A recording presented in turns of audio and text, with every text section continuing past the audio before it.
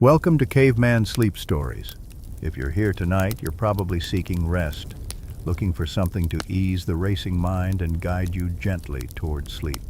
We live in an age of electric light that never dims, of screens that glow long past sunset,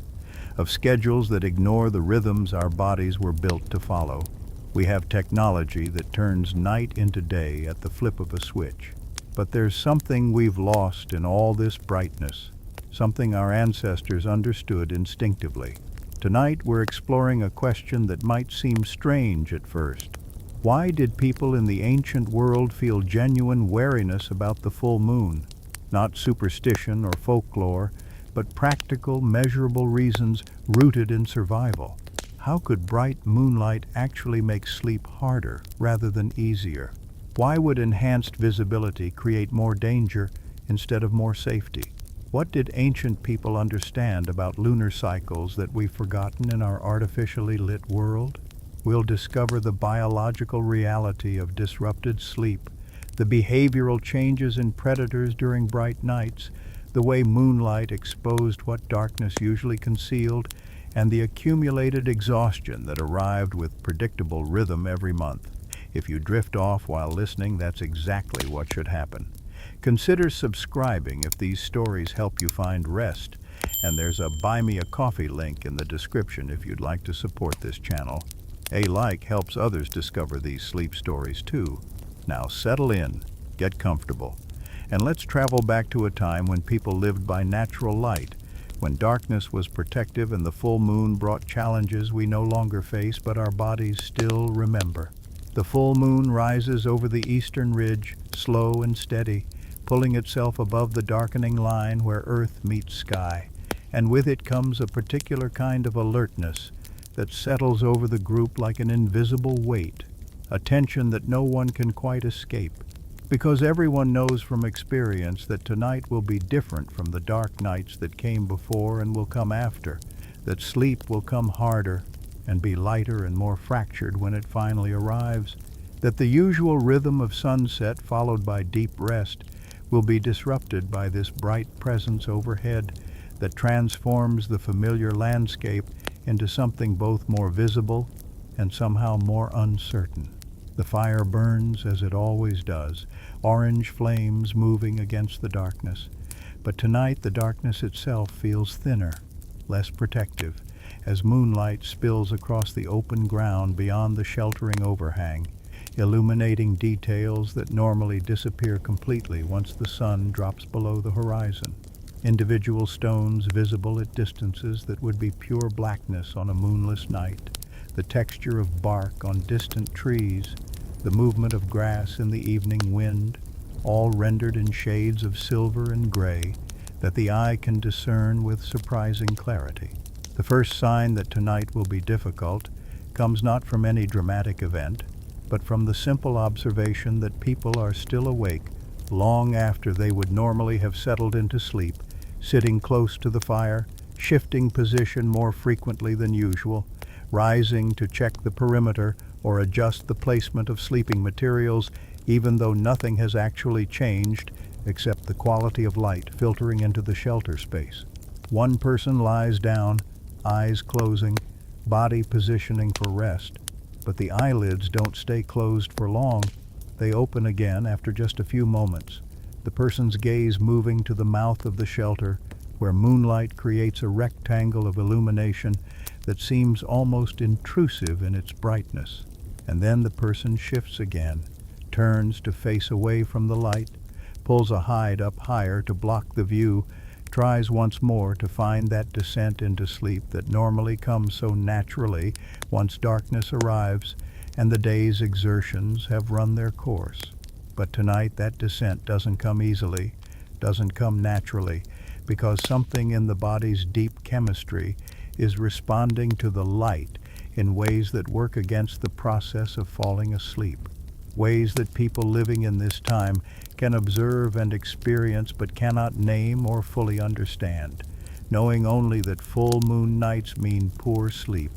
and the exhaustion that follows. What's happening beneath the surface of consciousness is that light of any kind Even the dimmer reflected light of the full moon affects the production of melatonin in the human brain, that crucial hormone that signals to every cell in the body that nighttime has arrived and rest should begin, that energy conservation and repair processes should take priority over wakefulness and activity. During moonless nights, or nights when the moon is just a sliver, the darkness after sunset is complete and profound, allowing melatonin production to rise steadily and substantially, creating the biological conditions that make sleep not just possible,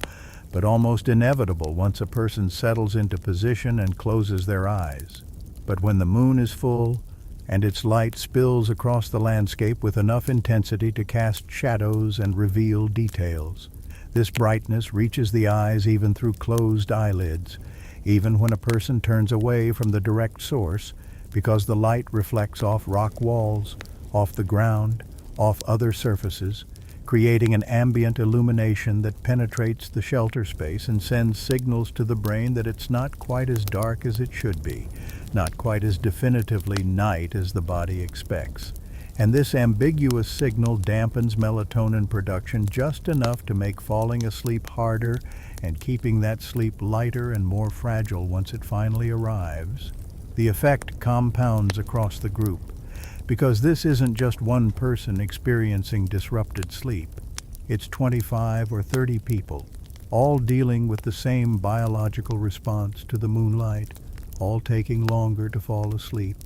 all sleeping more lightly, all waking more easily from small sounds or movements that wouldn't disturb them on darker nights.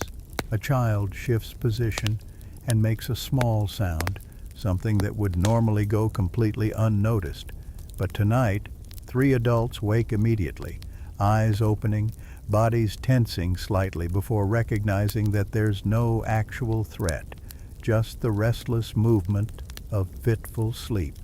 Another person needs to move outside to relieve themselves, a normal nighttime necessity, but their rising and movement wakes others nearby who would normally sleep through such routine disruptions. And now those people are awake, lying in the darkness that isn't quite dark enough, trying to find their way back to sleep while their minds become more active, noticing sounds from outside, wondering about the position of the moon, calculating how many hours until dawn, thinking about the day's tasks, following thought trails that wouldn't develop during the deeper sleep of moonless nights. The children are particularly affected by the full moon's brightness, their younger nervous systems more sensitive to the disrupting effects of light on sleep cycles, their melatonin production perhaps even more suppressed by the ambient illumination than the adults experience. And the result is that they take much longer to settle into sleep, resist the usual bedtime routines with more energy than normal, wake more frequently through the night, and in some cases seem unable to find deep rest at all, dozing fitfully for periods and then waking fully alert, restless, wanting comfort or attention at times when everyone should be sleeping soundly. A mother holds a young child who won't settle, rocking slowly, keeping her voice low, aware that the child's wakefulness is affecting others nearby who are trying without much success to sleep through the disturbance. And the mother can feel her own frustration rising because she knows this pattern. Full moon nights mean children who won't sleep, which means adults who can't sleep, which means tomorrow will be harder for everyone, tempers shorter, reactions slower, the whole group functioning below their normal capacity because of accumulated sleep deficit that arrives with reliable predictability every 29 or 30 days when the moon swells to fullness overhead. But the difficulty sleeping is only the first layer of why full moon nights create this particular wariness, this tension that everyone feels even if they can't articulate all the reasons behind it. Because the second major factor is what happens outside the shelter in the landscape beyond the firelight, where predators move through the moonlit world with advantages they don't possess during the protective darkness of moonless nights. Wolves, in particular, become measurably more dangerous during full moon periods. their hunting success rates climbing significantly above baseline. Studies of modern wolf behavior showing increases of 30 to 40% in successful kills during bright moon nights compared to their average success across all lunar phases. And this isn't some supernatural effect or mysterious influence, but rather a straightforward mechanical advantage that enhanced visibility provides to pack predators who hunt through coordination and communication.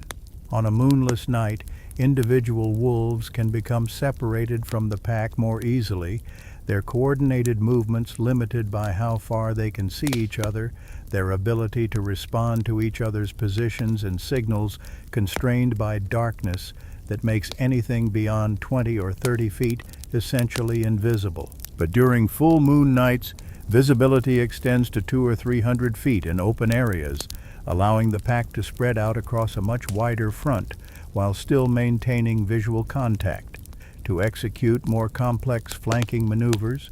to spot prey from greater distances, and begin their approach from positions that give them better tactical advantages. The prey animals also have better visibility during full moon nights, able to see approaching threats from farther away. But this advantage doesn't compensate for the benefits that enhanced visibility gives to pack hunters, because predators hunting cooperatively gain more from seeing each other and coordinating their movements than solitary grazers gain from seeing their surroundings better. A reindeer can see the wolves approaching from farther away, yes, but the wolves can see the reindeer from farther away too. And more importantly, they can see each other, can adjust their approach based on how the prey responds, can communicate through visual signals about which wolf should press the attack and which should hang back to cut off escape routes, can execute sophisticated group tactics that are simply impossible in darkness, where each wolf is hunting more independently because they can't see their packmates well enough to coordinate. The result is that wolves during full moon nights are bolder, more successful, more willing to hunt closer to human settlements because their enhanced capability makes them more confident, and this pattern repeats month after month, full moon after full moon, creating a learned association in the people who live in this landscape between bright moons overhead and increased wolf presence, increased vocalizations, increased danger that isn't imagined or superstitious, but based on genuine observation of behavioral changes that follow a lunar cycle. Cave lions and hyenas show similar patterns during full moon periods, their hunting effectiveness increasing when moonlight provides the illumination that makes their stalking approaches and final rushes more likely to succeed. The landscape transformed from a dark maze where prey can disappear into shadows into a revealed space, where movement is visible across long distances and escape routes are harder to find. A cave lion on a moonless night must rely primarily on hearing and scent to locate prey, must approach to within very close range before launching an attack because visual targeting is so limited. And this constraint means prey animals have more opportunities to detect the predator's approach through sound or smell before the attack begins. But during a full moon night, that same lion can see a prey animal from 100 yards away or more, can track its movement visually,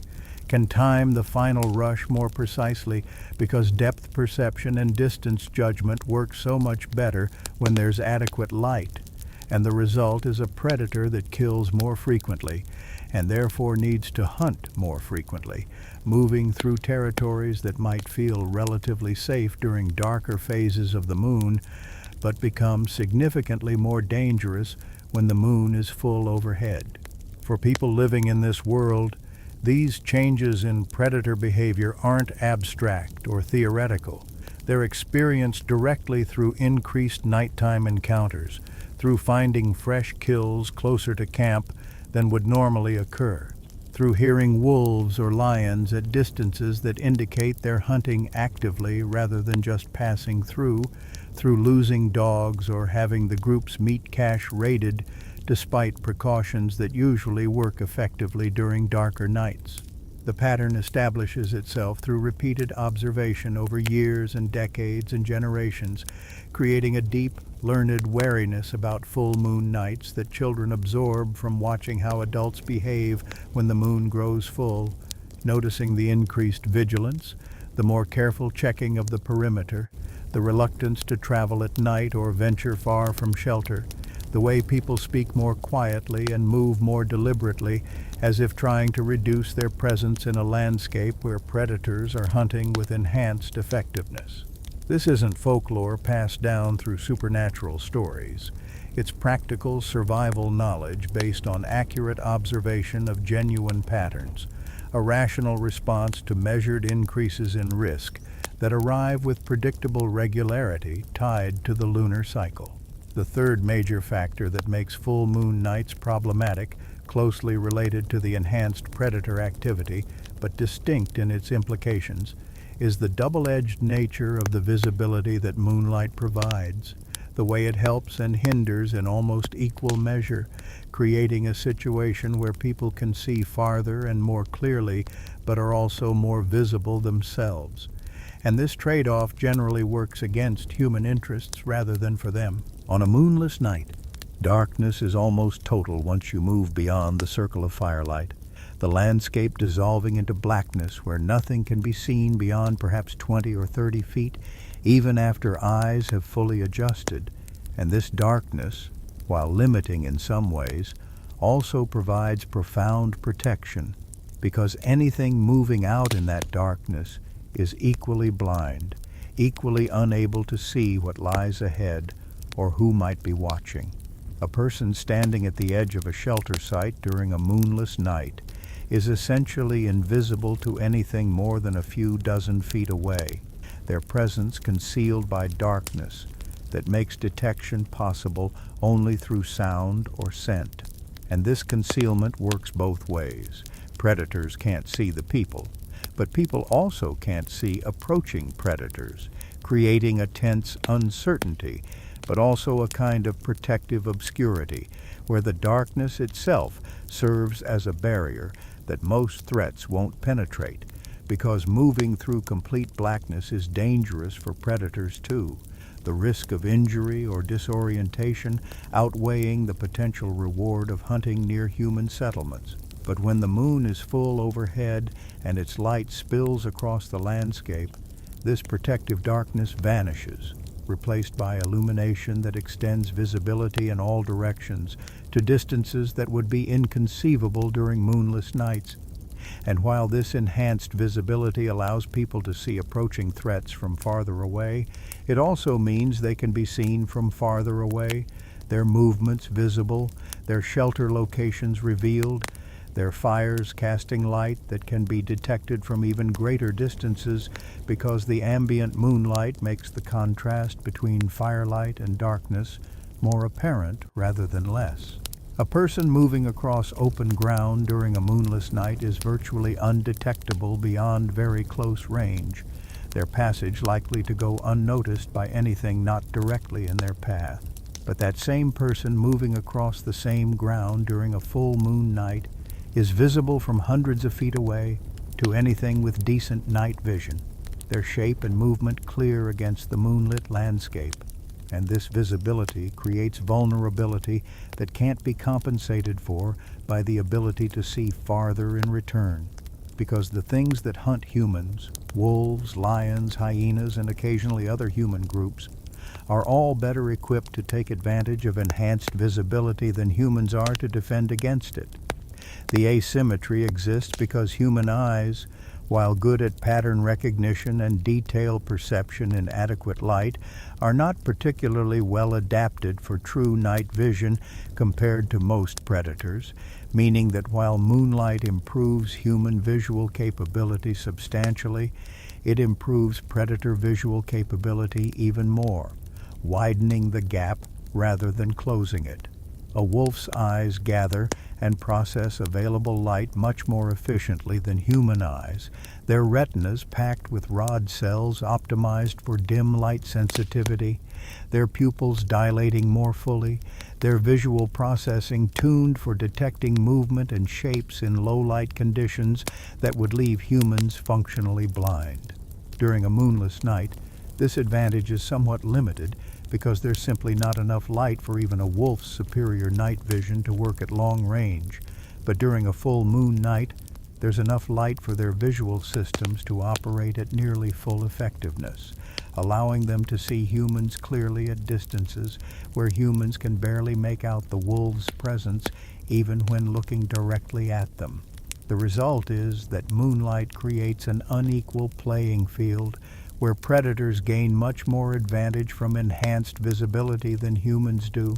making these bright nights genuinely more dangerous in ways that people learn through experience and observation, through understanding that when the moon is full, the usual protective cover of darkness has been stripped away and replaced with exposure that serves predators' interests more than human interests. This dynamic extends to interactions between human groups as well, because full moon nights make travel and movement much more visible, creating situations where one group might discover another's location or observe their movements from distances that would be impossible during darker lunar phases. And while open conflict between groups isn't necessarily common, the potential for it exists.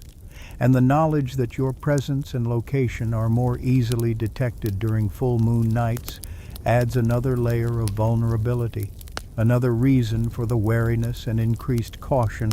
that characterizes how people behave when the moon grows full overhead. Smoke from fires becomes visible from farther away. Silhouettes of people moving around a shelter site can be seen from elevated positions that overlook the area. Even sounds seem to carry farther on the clear. Still nights that often accompany full moons, creating a situation where maintaining concealment becomes much harder, and the usual strategies for remaining unnoticed by potential threats, staying dark, staying quiet, staying in sheltered positions, work less effectively because the moonlight itself undermines the darkness that those strategies depend upon. The psychological weight of this increased visibility is subtle but persistent, a low-level stress that comes from knowing you can be seen more easily, that your movements are more apparent, that the shelter location that feels private and secure during dark nights becomes more exposed and observable when moonlight illuminates the surroundings. People find themselves checking the perimeter more frequently, scanning the landscape for movement or shapes that might indicate someone or something watching from a distance, feeling exposed in ways they don't during the protective darkness of moonless nights when the concealment works in their favor more than against it. This vigilance is exhausting over time, requiring mental energy and attention that could otherwise be directed toward rest or other activities. And when combined with the sleep disruption that moonlight causes, it creates a cumulative fatigue that builds across the nights when the moon is full, leaving everyone functioning below their normal capacity, more irritable, less patient, more prone to making mistakes or misjudgments because their cognitive resources are depleted by poor sleep and sustained low-level stress. The hunting difficulties that full moon nights create form another strand in this web of complications that make these bright periods something to genuinely dread rather than welcome. Because while one might assume that better visibility would make hunting easier, allowing hunters to see their quarry more clearly and move through the landscape more confidently, the reality is that the enhanced visibility works against hunters in most situations, making game animals more alert, more difficult to approach undetected, more likely to spot hunters at distances that allow them to flee before an effective attack can be launched. The fundamental challenge in hunting is not usually seeing the animal. Hunters can track prey animals to within visual range through skill and patience even on moonless nights, but rather getting close enough to make an effective throw or shot without being detected. And this requires using terrain and cover to conceal the approach, moving slowly and carefully to minimize visible movement, taking advantage of the prey animal's limited ability to see threats at a distance. All of these strategies work best in conditions where the prey's vision is constrained by darkness or limited light, where a hunter moving carefully can approach to within effective range before the animal realizes there's a threat and flees. During full moon nights, this entire dynamic shifts unfavorably for hunters because the prey animal's enhanced vision allows them to detect threats from much farther away. Their improved ability to see movement and shapes in the moonlit landscape, making them jumpier, more reactive, more likely to flee from ambiguous movements or shapes that they might ignore during darker nights when their vision is more limited and they rely more heavily on their other senses. A reindeer during a moonless night depends primarily on hearing and scent to detect danger, its vision useful only at very close range. And this means a hunter who approaches from downwind and moves quietly can sometimes get within striking distance before the animal notices anything wrong. But that same reindeer during a full moon night can see the hunter's shape moving against the moonlit background from 100 feet away or more, can spot the movement and react long before the hunter has closed to effective range. And the animal's heightened visual vigilance makes it startle more easily, flee more readily, remain on alert for longer periods after disturbances because it can see potential threats at distances where it feels vulnerable. The result is that hunting success rates drop noticeably during full moon periods, not catastrophically, but enough to be measurable and significant, with hunters returning empty-handed more frequently, having to spend more time and energy pursuing game that is harder to approach, taking shots from longer ranges where accuracy and effectiveness decline, or giving up on hunts that would have succeeded under darker conditions because the prey animals are simply too alert and too quick to flee once they spot movement in the moonlit landscape. This decreased hunting effectiveness matters in practical terms because it means the group has less meat during full moon periods, less high-quality protein and fat to supplement the plant foods and stored provisions, and while this might seem like a minor inconvenience, the cumulative impact of several days of reduced hunting success can strain food resources, particularly during seasons when stored food is already limited, and fresh kills are crucial for maintaining adequate nutrition across the group. The hunters themselves feel the frustration of these failed attempts more acutely during full moon periods because they're already sleep-deprived from the disrupted nights, already functioning below their normal physical and mental capacity, and the additional challenge of hunting under conditions that favor the prey makes the whole endeavor more exhausting and less rewarding. They spend longer hours tracking and pursuing game, use more energy in the process, and still come back with less to show for their efforts. And this pattern repeats month after month during full moon phases, creating another learned association between bright moons overhead and difficulty providing for the group. Another practical reason to view these lunar phases with wariness rather than welcome them for the enhanced visibility that might seem at first glance to be an advantage, but proves in practice to be a net disadvantage for most hunting situations. The fourth strand in this complex of full moon challenges comes from the connection between clear skies and cold temperatures, the way that the clearest, brightest moon nights are also typically the coldest nights of any given period. And this correlation isn't coincidental, but rather the result of how atmospheric conditions work. Clouds trap heat, radiating from the Earth's surface, creating an insulating layer that keeps nighttime temperatures higher than they would otherwise be. But when the sky is clear enough for the full moon to be fully visible,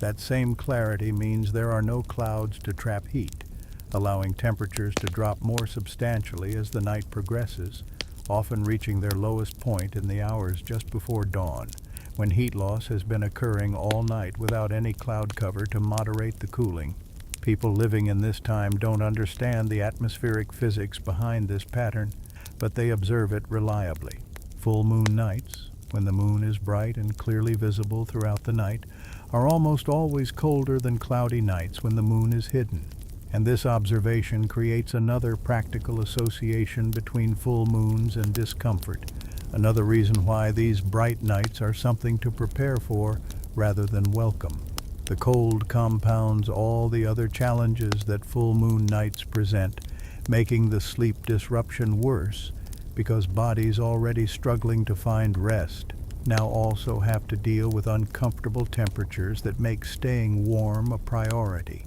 even while lying beneath hides and furs that provide good insulation under normal conditions, but feel inadequate when temperatures drop to their nighttime lows during clear, bright moon nights. People wake shivering, pull sleeping materials more tightly around themselves, shift closer to others for shared warmth, and each of these movements and adjustments wakes others nearby, spreading the sleep disruption more widely through the group, ensuring that the already poor sleep quality of full moon nights becomes even worse when combined with cold that makes continuous rest difficult for everyone, not just those most sensitive to the light. Children in particular struggle with staying warm during these cold moon nights,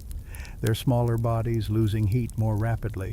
their sleep even more disrupted by the combination of brightness and cold, their discomfort leading to more frequent waking and more requests for attention from adults who are themselves struggling to sleep and stay warm. The fire burns through fuel more quickly during these cold nights as people add wood more frequently to maintain heat output, trying to create enough warmth to counter the cold air that settles around the shelter site as temperatures drop through the night. And this increased fuel consumption means more time spent during the previous day gathering and preparing wood, more effort required to maintain the fire through the night, more sleep disruption as people wake to add fuel or adjust their position relative to the flames. The fire itself becomes a source of tension during full moon nights because the bright moonlight makes its glow visible from even greater distances than normal. The contrast between the orange flames and the silvery moon-illuminated landscape, creating a beacon that can be seen from far away by anything with decent vision. And while fire is always somewhat visible at night, the enhanced ambient light of full moon nights seems to make it more conspicuous rather than less, more likely to attract attention from predators or other groups who might be moving through the landscape and notice the firelight marking the shelter location. This visibility concern adds another layer of psychological stress to full moon nights because people find themselves questioning whether to maintain a large fire for warmth or keep it smaller to reduce visibility. And there's no perfect answer to this dilemma. A large fire provides the heat needed to counter the cold, but increases the risk of attracting unwanted attention, while a smaller fire reduces visibility but leaves everyone colder and more uncomfortable through the long night. The compromise usually involves maintaining a moderate fire that provides adequate heat without being excessively large, but even this middle path doesn't eliminate the concern, the awareness that the fire is more visible during these bright nights, that anything watching from a distance can see both the flames and the moonlit area around the shelter, gaining information about the group's size and activities that would be concealed by darkness during moonless nights when the fire's glow is the only source of light in an otherwise black landscape. The temperature also affects practical matters beyond just comfort and sleep, making it necessary to ensure that water sources haven't frozen, that stored food items are protected from the cold if they need to be, that certain tools or materials are kept near the fire to prevent them from becoming too cold to work with effectively, and all of these additional concerns and tasks add to the burden of full moon nights, creating more work and more things to manage at a time when everyone is already functioning below their normal capacity due to sleep deprivation and the cumulative stress of multiple nights where rest is elusive and exhaustion builds steadily without sufficient opportunity for recovery. The cold also makes going outside the shelter during the night more unpleasant, which matters because people do need to leave the shelter area to relieve themselves or check on disturbances. And the combination of cold air, bright moonlight making the landscape feel exposed and heightened, predator activity making the nighttime environment genuinely more dangerous creates a situation where these necessary nighttime excursions become something that requires more courage and generates more anxiety than the same activities during warmer or darker nights. The cumulative effect of poor sleep across multiple consecutive nights during the full moon phase creates changes in group dynamics and individual behavior that go beyond simple tiredness, entering into territory where cognitive function, emotional regulation, and physical performance all decline measurably, creating conditions where people are more likely to make mistakes, more likely to snap at each other over minor frustrations, less able to perform tasks that require sustained attention or precise physical coordination, and generally operating in a state of impairment that everyone recognizes but can't effectively address, because the source of the problem, the bright moonlight disrupting sleep, isn't something they can control or eliminate. The group's collective mood darkens during full moon periods. Patience wears thinner. Small conflicts that would normally be resolved easily become more heated. Children receive sharper responses from adults who are exhausted and stressed, and the usual cooperative flow of daily activities becomes more effortful because everyone is working against their depleted cognitive and physical resources. Decision-making becomes noticeably worse during these sleep-deprived periods, with people more likely to choose impulsive actions over careful consideration, more likely to miss important details or fail to think through consequences, more prone to optimistic assumptions that ignore genuine risks, because their tired brains aren't processing information as thoroughly as they normally would. This impairment affects everything from hunting strategies to conflict resolution, to simple daily tasks like food preparation or tool maintenance, with mistakes happening more frequently, items being misplaced or damaged, and frustrations mounting as people notice their own diminished capacity, but struggle to compensate effectively, because the fundamental problem, chronic sleep disruption, continues night after night as long as the moon remains full and bright overhead. The group learns through repeated experience to avoid making major decisions during full moon periods if possible, to defer important discussions or challenging tasks until after the moon wanes and normal sleep patterns return, to lower expectations for productivity and achievement during these difficult nights, when just getting through each day without significant problems feels like an accomplishment. The physical performance effects show up in hunting, in gathering efficiency, in the ability to perform sustained labor like hide processing or tool making,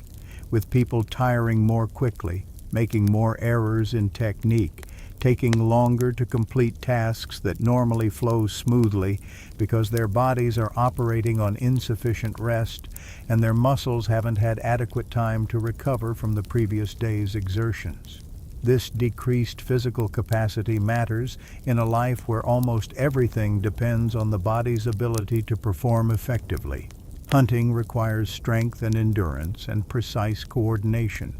Gathering requires sustained walking and bending and carrying loads. Processing food and materials requires repetitive motions maintained over extended periods, and all of these activities become harder and less efficient when people are sleep deprived from multiple consecutive nights of poor rest during the full moon phase. The immune system also suffers during periods of sustained sleep disruption, making people more susceptible to infections or illnesses, more likely to develop problems from small injuries that would normally heal without complications, less able to fight off the constant low-level pathogen exposure that comes from living in close proximity to others and sharing space and resources. This immune impairment isn't immediately obvious during a single full moon period, but over months and years, the repeated cycle of sleep disruption every lunar month creates cumulative wear on the body's defensive systems, potentially contributing to health problems that manifest more obviously during other vulnerable periods like winter or times of food scarcity when immune function is already compromised by other factors. The sounds of full moon nights contribute their own dimension to the wariness these periods generate, because the atmospheric conditions that produce clear skies bright enough for the moon to be fully visible, stable high pressure, minimal wind, temperature inversions as cold air settles into valleys, also create conditions where sounds carry farther and more clearly than on other nights, traveling across the landscape with minimal dissipation, reaching listeners at distances that would normally be too far for sound to remain audible. A wolf howl that might be heard from a quarter-mile away on an average night can be heard from half a mile or more during these clear, cold, still full moon nights, and this extended sound range means that people hear more of what's happening in the surrounding landscape, become more aware of predator vocalizations and movements, more conscious of how active the nighttime world is around their shelter location, and this awareness feeds into the general unease that full moon nights create, adding an auditory dimension to the visual exposure that moonlight produces. The problem with sounds carrying farther is that it works both ways. Just as people can hear predators from greater distances, predators can hear people from greater distances, meaning that any noise made at the shelter site, voices, tool sounds, children crying, dogs barking, travels farther than normal, potentially attracting attention from things that are far enough away that they wouldn't normally hear human activity, but are close enough during these clear nights that sounds reach them and potentially draw them toward the source. This creates pressure to be quieter than normal during full moon nights, to keep voices lower, to minimize activities that generate noise, to settle children more quickly when they cry or fuss, and this enforced quietness adds to the psychological stress of these periods, creating a sense of being hunted or watched that makes everyone more tense and vigilant, more aware of their vulnerability, more conscious that they need to minimize their presence in a landscape where both visibility and audibility are working against their usual strategies for remaining unnoticed by potential threats. The stillness of these clear moon nights also means that any sound that does occur stands out more sharply against the quiet background, making false alarms more common as people hear a branch breaking or a stone shifting and immediately assume it might be something approaching the shelter site, their sleep-deprived, stressed brains jumping to threat assessment rather than recognizing the sound as likely being caused by nothing more dangerous than natural settling or a small animal moving through the area. These false alarms disrupt sleep even more, waking people who then take time to determine there's no actual threat before trying to return to sleep. And the cycle repeats multiple times through the night, with various sounds triggering brief periods of alert wakefulness, followed by gradual relaxation back towards sleep that may or may not arrive before the next disturbance occurs. The cumulative effect is that full moon nights feel like a series of interruptions and disturbances rather than a continuous period of rest, with sleep coming in fragments, if it comes at all, and exhaustion building steadily as the nights progress. The shadows that moonlight creates present their own unique challenge during full moon nights, because unlike the diffuse, shadowless illumination of daylight or the complete darkness of moonless nights, moonlight creates sharp, high-contrast shadows that the human visual system struggles to interpret correctly, particularly at the distances and angles common around shelter sites where rocks and trees and terrain features cast complex overlapping shadows that shift as the moon moves across the sky through the night. These shadows create visual ambiguity. Is that dark shape behind the boulder actually something crouched there, or just a shadow that looks like it might be something? Is that movement at the edge of visibility an animal approaching, or just a shadow changing as the moon angle shifts? The human brain, already primed for threat detection and working with degraded processing capacity due to sleep deprivation, errs on the side of caution during these uncertain assessments, flagging potential threats that turn out to be nothing but consuming attention and generating stress in the process of making that determination. This shadow-induced uncertainty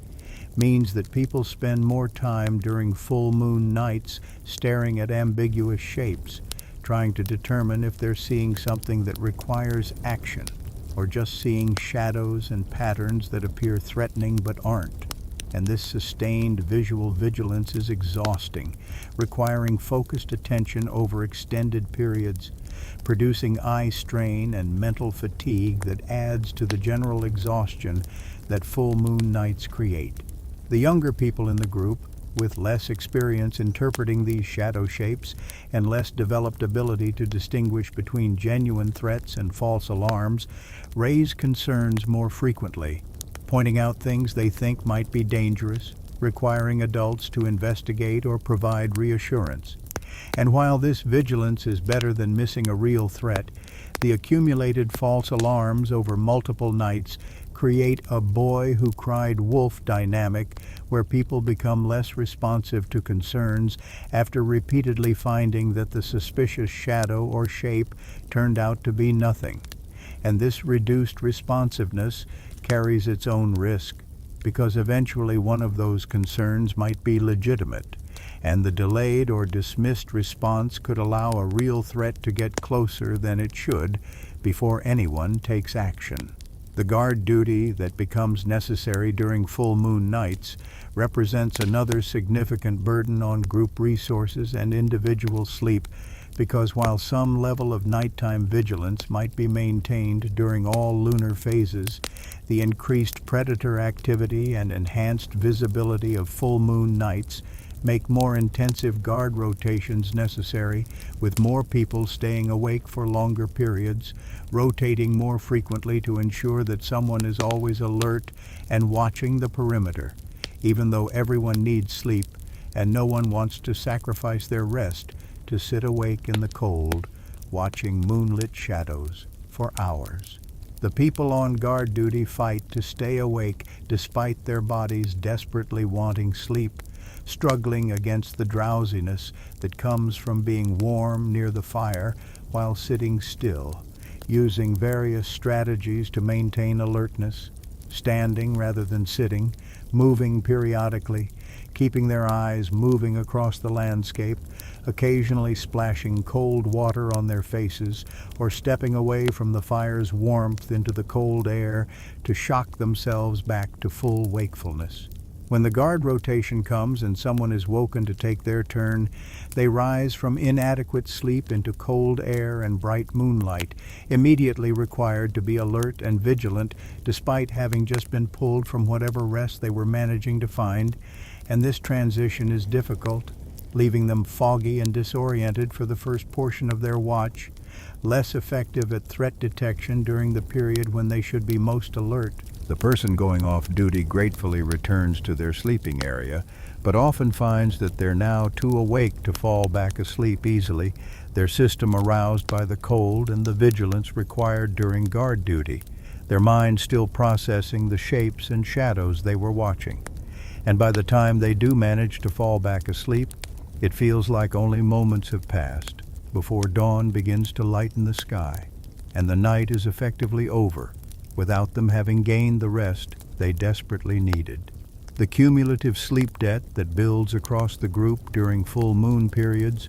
becomes a significant factor in decision-making about activities and movement, with people choosing to stay closer to the shelter site, avoiding travel or ambitious projects that would require everyone to be functioning at full capacity, deferring tasks that can wait until after the moon wanes and normal sleep patterns return. This monthly disruption to the group's activities has real consequences for productivity and resource acquisition, creating periods when less gets done, when opportunities might be missed because no one has the energy or clear thinking to pursue them. When the group operates in a kind of reduced capacity mode that everyone understands is temporary, but still frustrating because they can see tasks that need doing and opportunities that should be taken advantage of, but lack the physical and mental resources to act effectively on them. The knowledge that this pattern will repeat next month and the month after that and the month after that, an endless cycle of full moons bringing their reliable package of sleep disruption, increased predator danger, hunting difficulties, cold nights, and accumulated exhaustion, creates a particular fatalism about these periods, an acceptance that several days each month will simply be harder, less productive, more stressful than the rest of the lunar cycle. And while people prepare for it as best they can, gathering extra wood, securing shelter areas, checking defenses, there's no way to eliminate the fundamental challenges that full moon nights create. No strategy that makes them easy or comfortable or safe, just various approaches to managing the difficulties and getting through to the other side when the moon begins to wane and the protective darkness gradually returns. The children in the group absorb this wariness through observation long before they fully understand all the reasons behind it, noticing how adults behave differently as the moon grows full, watching the increased vigilance, the more careful checking of surroundings, the lower voices and more restricted movement, the way everyone seems tenser and less relaxed than during other periods of the lunar cycle. And they learn to mirror this behavior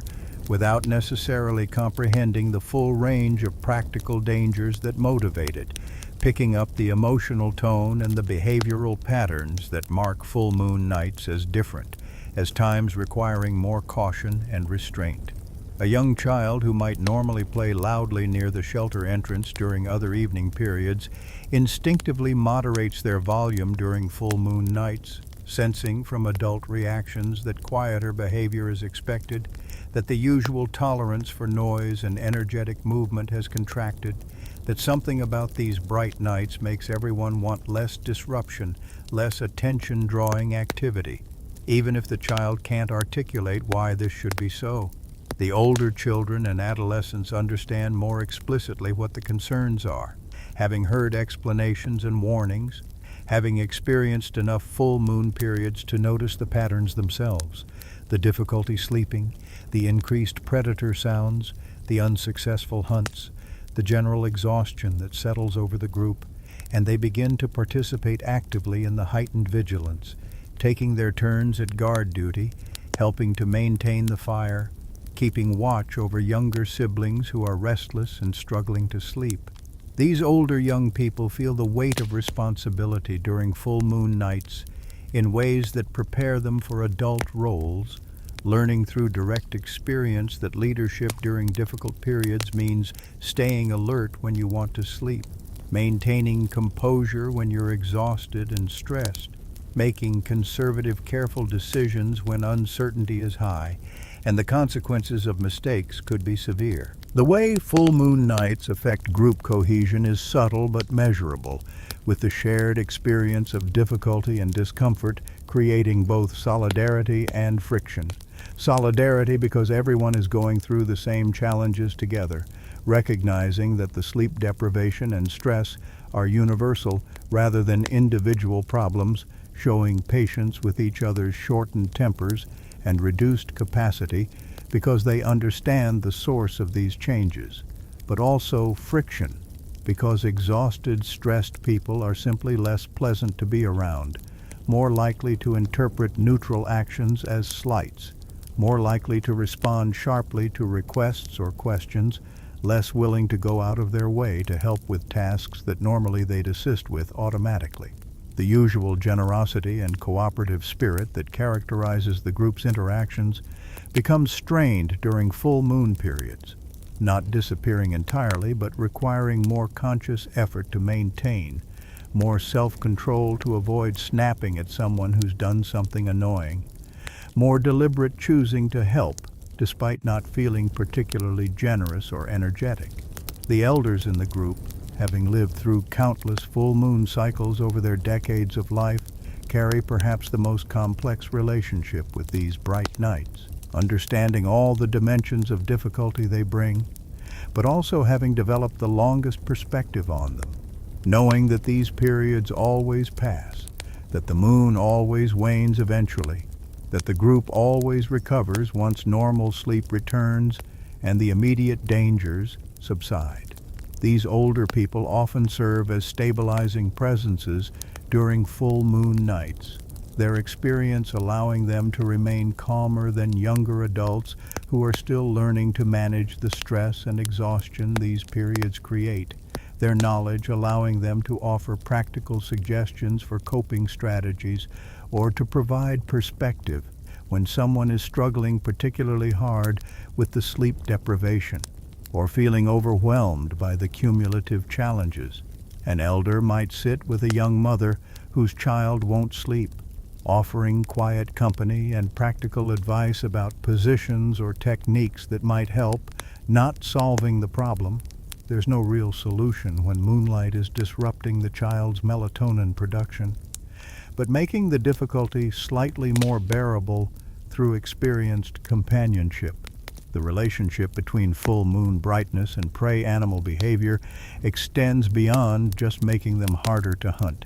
creating a cascade of effects that ripple through the entire food acquisition strategy for those nights and the days immediately surrounding them. Because when herbivores are more alert and jumpy during bright nights, they also tend to range farther from their usual areas, moving more during darkness when they can see well enough to travel safely, seeking grazing areas farther from predator territories, altering their patterns in ways that make them less predictable and harder to find even before the challenge of approaching them begins. Reindeer that normally bed down in a particular valley during moonless nights might move several miles away during full moon nights, seeking terrain that offers better visibility in all directions so they can spot approaching predators from farther away. And this dispersal means that hunters who would normally know where to find game have to search more widely, spending more time and energy just locating prey before they can even attempt to hunt. The smaller game animals that provide supplementary food, rabbits, ground birds, foxes, also become more nocturnally active during full moon periods, taking advantage of the enhanced visibility to forage and move more confidently during nighttime hours when larger predators are also more active. But when the moonlight allows these smaller animals to see approaching threats and react quickly, and this shift in their activity patterns means they're less available during daylight hours when humans normally hunt them, having already fed and returned to burrows or cover to rest through the bright day after their active moonlit night. The disruption to prey patterns compounds the hunting difficulties created by enhanced prey vigilance,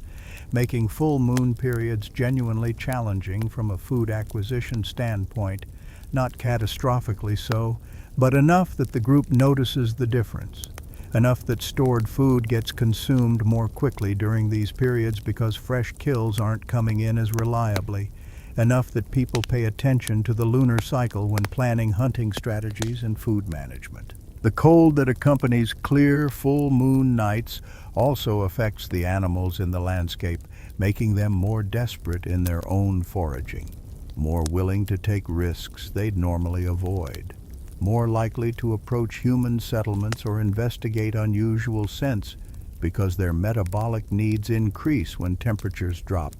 and they need more food to maintain body heat through the long, cold nights. This desperation can work in hunters' favor occasionally. An animal that approaches closer than usual might present an unexpected hunting opportunity, but more often it works against human interests by bringing predators closer to shelter areas, by making scavenging animals bolder about raiding food stores or investigating meat that's being dried or stored, by creating situations where wildlife encounters are more likely and more unpredictable because the animal's normal caution is overridden by their immediate survival needs during these coldest nights of the lunar cycle. The dogs that live with the group become noticeably more agitated during full moon nights, their superior hearing and scent detection picking up predator presence at distances where humans can't yet perceive the threat. And their restlessness adds another layer of disruption to already difficult nights.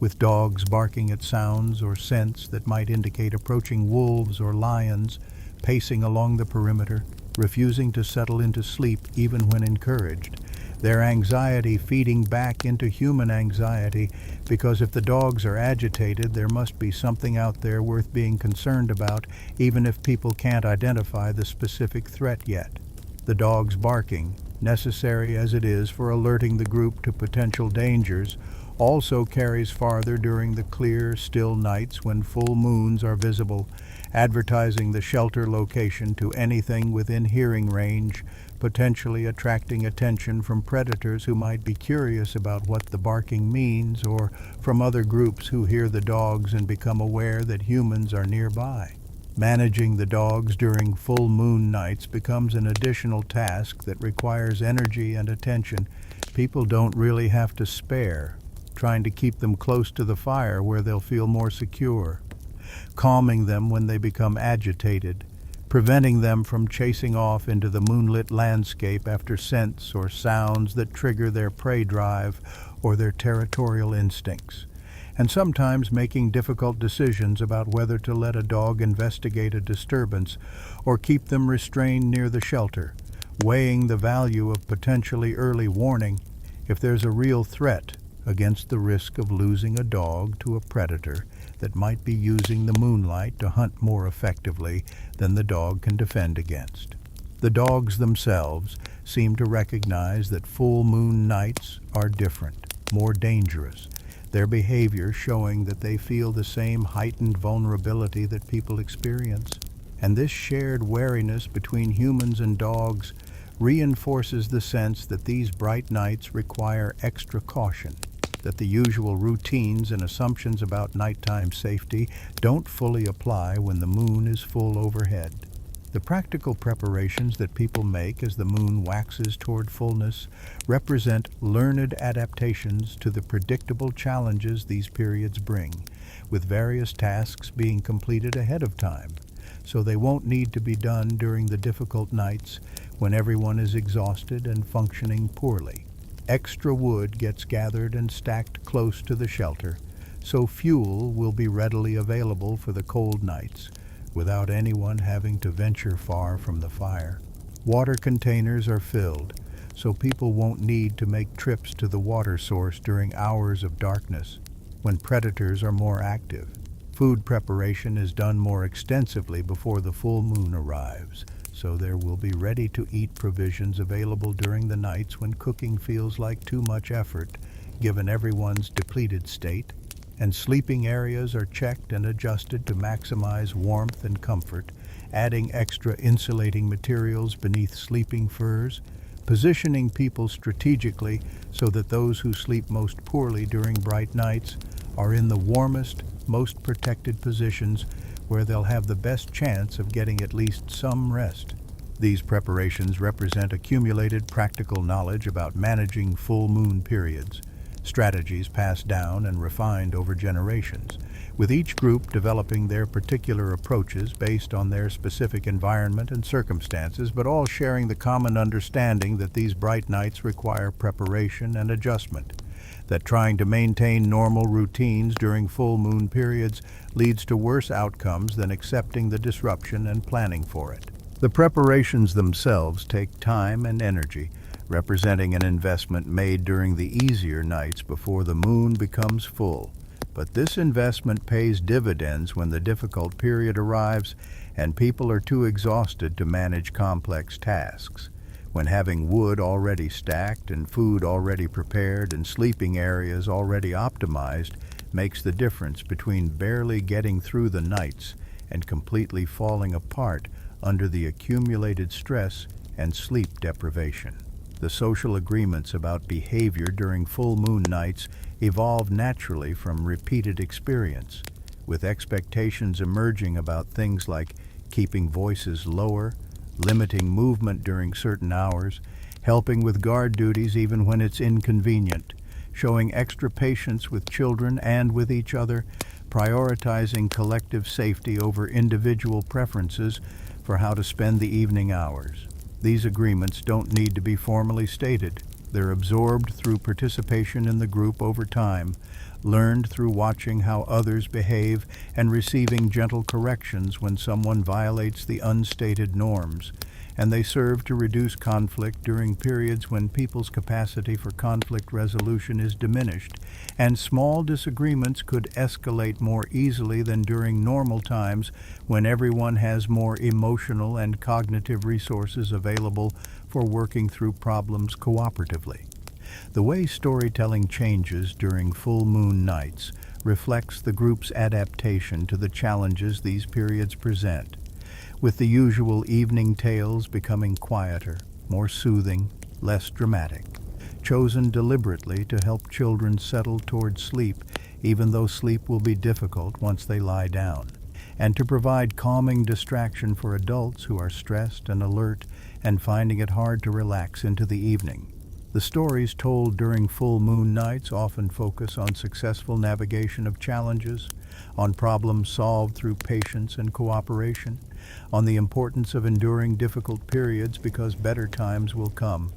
And while the storytellers probably don't consciously select these themes every time, the pattern emerges naturally because these are the messages that the group needs during these challenging nights. The psychological support that helps everyone cope with the immediate difficulties while maintaining confidence that these problems are temporary and manageable. The younger children sometimes struggle to understand why full moon nights feel so different from other nights.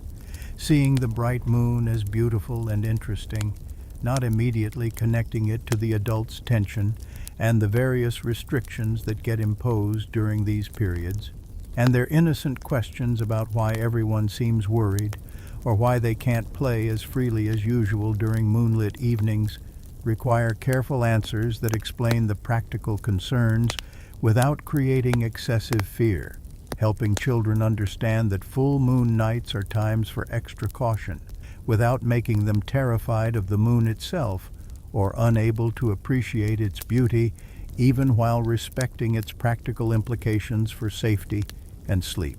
The adults walk a careful line in these explanations, wanting children to absorb appropriate wariness without developing paralyzing anxiety, wanting them to learn the necessary behaviors without traumatizing them with excessive focus on all the dangers that full moon nights potentially bring. The dog's role in nighttime defense becomes more crucial during full moon periods, with their superior senses providing early warning about approaching threats that humans might not detect until much later, and the group's reliance on the dogs increases during these nights, even as managing the dogs becomes more challenging due to their own heightened alertness and agitation. A dog that alerts to something moving beyond the firelight might be responding to a genuine threat. Wolves approaching to investigate the shelter site, or might be reacting to something innocuous like a deer passing through the area. But either way, the alert requires human response, requires people to wake up if they were sleeping, to investigate cautiously, to calm the dog while also checking to ensure there isn't actually a danger that needs addressing. And this cycle repeats multiple times through full moon nights, with dogs alerting, people responding, determining there's no immediate threat, trying to settle back toward rest, only to have another alert occur an hour or two later, and the whole process beginning again. The impact on children's sleep during full moon nights deserves particular attention, because it's perhaps the most distressing aspect of these periods for many adults in the group, watching children struggle night after night to find rest, seeing them become increasingly overtired and dysregulated as the sleep debt accumulates, dealing with the behavioral effects of severe sleep deprivation in young people whose capacity to manage their emotions and behavior is already limited and becomes even more compromised when they're exhausted. Young children during full moon periods cry more easily, have more tantrums over minor frustrations,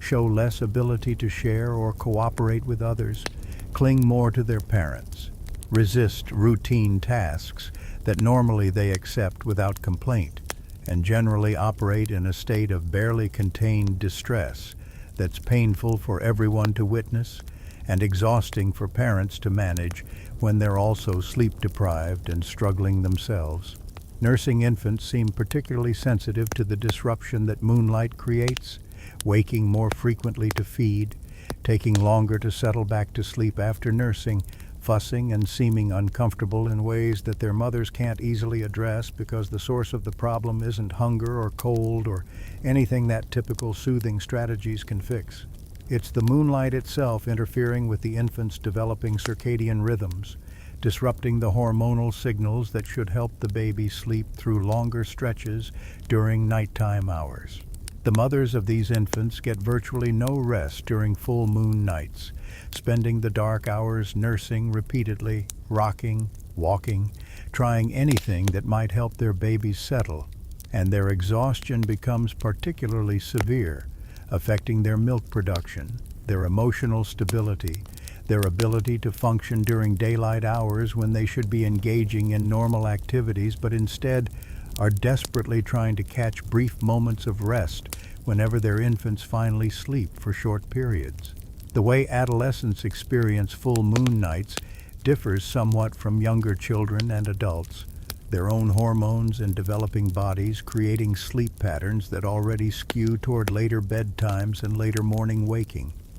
And the moonlight disruption compounds these natural teenage tendencies toward night owl behaviors, making it even harder for adolescents to fall asleep at reasonable times and even harder to wake in the mornings when they're needed to help with daily tasks. The adults sometimes feel frustrated with adolescents who seem to be sleeping through useful daylight hours after staying up late the previous night, not fully appreciating that the teenagers aren't being deliberately difficult, but are genuinely struggling with the intersection of their developmental stage and the lunar cycle's effects on sleep, fighting a biological battle they can't win through willpower alone. The group's collective memory of particularly bad full moon periods, times when the bright nights coincided with severe cold, or with known predator activity in the area, or with existing food shortages that made the hunting difficulties even more consequential, creates a kind of institutional dread about these phases that goes beyond the routine challenges, a knowledge that sometimes full moons bring not just the usual difficulties, but compound problems that can push the group toward genuine crisis. These worst-case memories get passed down through storytelling, teaching younger people that while full moon nights are normally just uncomfortable and exhausting, they can occasionally coincide with other factors that make them genuinely dangerous. And this knowledge reinforces the importance of taking these periods seriously, of not becoming complacent just because most full moon cycles pass without major incident. The relief that people feel when the moon finally begins to wane and the nights grow darker again is profound and immediate, with the first night after the moon passes full, showing measurable improvement in sleep quality even though the moon is still quite bright, just slightly less so than at its fullest. And this improvement accelerates as the moon continues to wane through its declining phases toward the blessed darkness of the new moon period, when nighttime truly belongs to sleep again,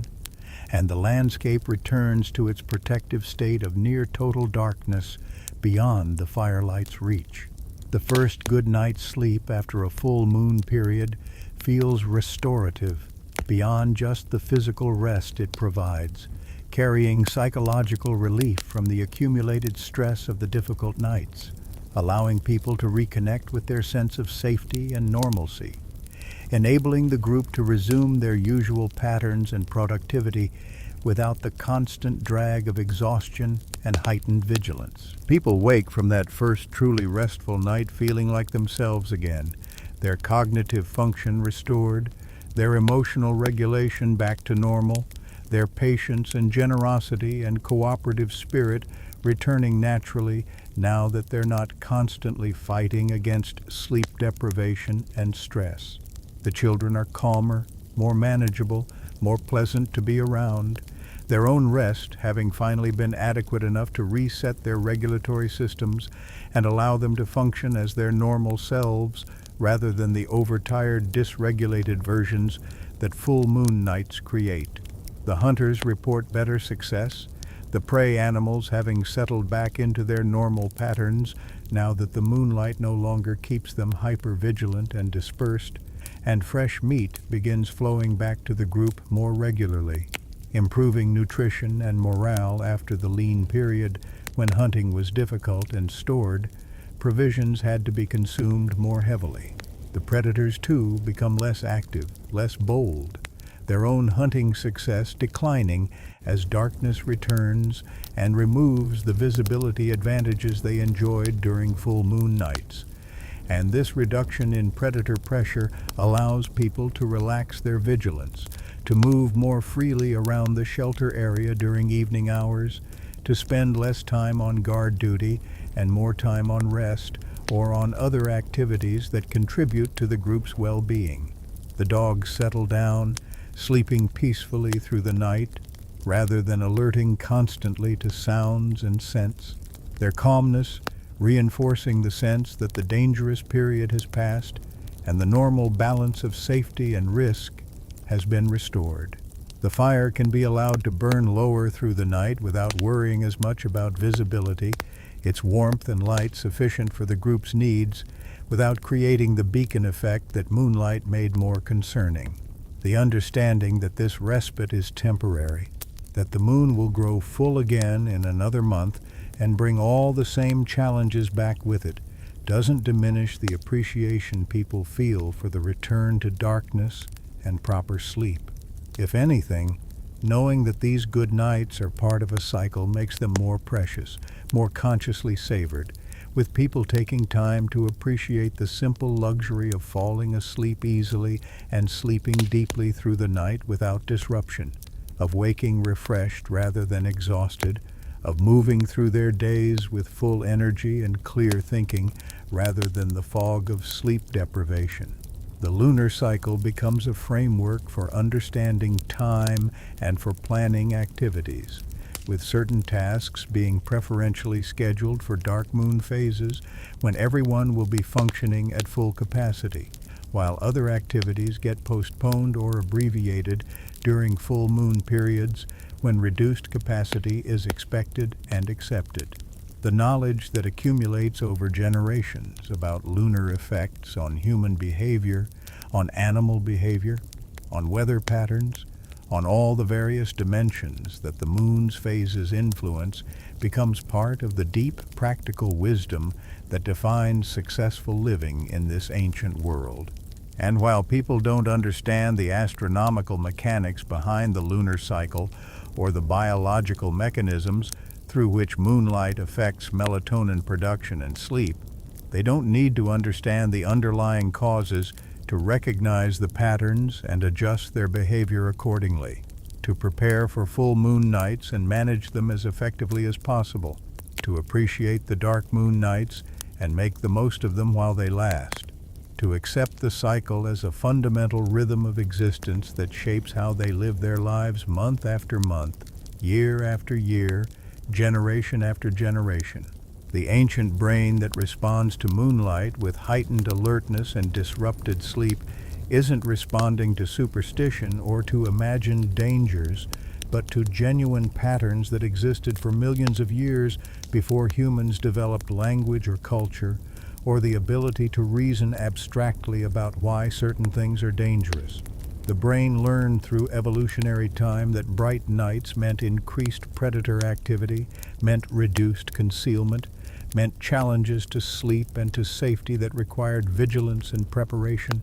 And these lessons got encoded into neural architecture so deeply that they operate automatically, beneath conscious awareness, generating the wariness and the sleep disruption and the heightened alertness that people experience during full moon nights without necessarily understanding why their bodies and minds are responding this way. The amygdala, that ancient part of the brain responsible for threat detection and fear responses, shows increased activation during bright nights even in modern humans living in safe environments where predators aren't a concern, demonstrating that millions of years of evolution have created instinctive responses to lunar phases that persist even when the original dangers that shaped them are no longer present. For people living in the Pleistocene world where those dangers are still very real and very present, the amygdala's heightened activation during full moon nights serves its original purpose, keeping people alert to genuine threats, maintaining vigilance during periods when predators are hunting more successfully,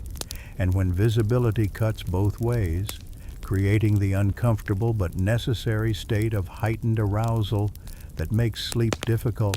but also makes survival more likely by preventing the deep unconsciousness that would leave the group vulnerable during these dangerous nights. The fear that people feel during full moon nights isn't irrational or superstitious. It's the appropriate response to a genuine increase in danger, an adaptive reaction that evolution has refined over countless generations to optimize survival during a recurring monthly challenge that every human ancestor faced, and that shaped the development of human neurobiology in fundamental ways that still influence how people experience and respond to moonlight thousands of years later. The territories that groups inhabit become more exposed during full moon nights. The shelters and camps and frequently used areas that darkness normally conceals revealed by moonlight to anyone or anything observing from elevated positions or from distances that would be beyond visual range during darker nights. And this exposure creates strategic vulnerability that people are very aware of, knowing that other human groups could potentially discover their location during full moon nights if those groups happen to be traveling through the area and spot the shelter site or the fire or other indicators of human presence that moonlight makes visible. The politics of territory and resource access between different human groups rarely involves open warfare in the way that later agricultural societies experience. But tensions exist around boundaries and around access to particularly good hunting areas or shelter sites, and the knowledge that your group's location might be discovered by others during full moon nights adds another dimension of vulnerability to these already challenging periods. The sound environment during clear, cold nights when full moons are visible carries another layer of psychological stress because sounds travel farther and more clearly under these atmospheric conditions, meaning that people hear more of what's happening across the wider landscape. Wolves howling from distances that would normally be beyond hearing range, the crack of breaking wood or ice from far away, the calls of night birds and the movement of large animals, all rendered audible by the still air and the temperature inversion that channels sound across long distances with minimal dissipation. This extended acoustic range means people have more information about what's happening around them, which might seem like an advantage, but in practice often creates more anxiety than reassurance, because most of the sounds that carry from a distance are ambiguous, impossible to interpret with certainty, generating questions that can't be easily answered. Is that sound getting closer or staying distant? Is it something dangerous or something harmless? Should we investigate or remain in position? Is the threat real? Or are we hearing something innocuous and interpreting it as dangerous because we're already on edge from all the other stresses that full moon nights create? The acoustic carrying of human sounds during these clear nights also means the group must maintain quieter behavior than normal, keeping voices low, minimizing activities that generate noise, being careful about tool use or material processing that creates sounds that might travel farther than intended, And this enforced quietness has its own psychological cost, creating a sense of being hunted or hiding that adds to the stress of full moon periods, making people feel constrained and restricted in their own shelter space, unable to engage in normal activities or interactions at normal volume because the sounds would advertise their presence too broadly across the surrounding landscape. Children particularly struggle with these quiet requirements, their natural exuberance and loud play needing to be suppressed during hours when they're already having difficulty settling down due to the moonlight's effects on their sleep, creating friction between their behavioral impulses and the adult's insistence on quiet, leading to more corrections and restrictions that make the children feel punished for normal child behavior, even though the adults are trying to maintain safety rather than being arbitrarily controlling. The way the group plans their monthly activities around the lunar cycle demonstrates practical adaptation to the predictable patterns that full moons create, with certain activities preferentially scheduled for dark moon periods when everyone will be well rested and functioning optimally. Activities like long-distance travel to new areas, major hunting expeditions that require sustained effort and sharp decision-making, complex tool manufacturing or hide processing that demands sustained attention and precise work, social visits to other groups where positive interactions and good diplomatic behavior are important, and any tasks that involve teaching or learning, because both instructors and students will have the cognitive capacity to engage effectively with new information and skills. These dark moon activities take advantage of the group's peak performance periods, maximizing productivity and success rates by timing demanding tasks for when people are at their best. Conversely, full moon periods get scheduled differently, with expectations adjusted to accommodate reduced capacity and with activities chosen that can be done even when people are exhausted and functioning poorly, simpler tasks that don't require sustained attention, routine maintenance activities that can be performed somewhat automatically, staying close to the shelter rather than venturing far, consuming stored food rather than attempting difficult hunts, telling familiar stories rather than engaging in complex discussions or planning sessions, essentially putting the group into a kind of maintenance mode where the goal is getting through the difficult period without major problems, rather than trying to achieve anything ambitious or demanding. This adaptive scheduling represents sophisticated understanding of human performance limitations and practical wisdom about working with the body's natural rhythms rather than fighting against them, accepting that full moon nights reduce capacity and planning accordingly, rather than expecting people to maintain normal productivity despite the challenges these periods create. The technological solutions that people develop to manage full moon nights are limited because the fundamental problem, moonlight disrupting sleep and enhancing predator capability, can't be solved with available tools or materials, but small adaptations do emerge that make the situation slightly more manageable. Positioning sleeping areas deeper in caves or shelters where moonlight penetrates less effectively, creating partitions from hides or woven materials that block some of the ambient light, using smoke from the fire to create a haze that reduces visibility from outside while not interfering too much with breathing, adjusting guard positions to maximize coverage while minimizing the number of people who need to stay awake, and developing signaling systems that allow guards to alert the group to potential threats without making loud sounds that would carry far into the landscape. These adaptations don't eliminate the difficulties that full moon nights create, but they reduce them somewhat, making bad situations slightly less bad. And each small improvement represents observation and problem solving applied to recurring challenges over generations of experience with lunar cycles. The stories and cultural knowledge that develop around full moons serve multiple purposes. They transmit practical information about the genuine risks and challenges these periods bring. They provide psychological preparation for the difficulties so people know what to expect and don't feel surprised or overwhelmed when the problems arrive. They create shared cultural understanding that validates the discomfort and exhaustion people feel,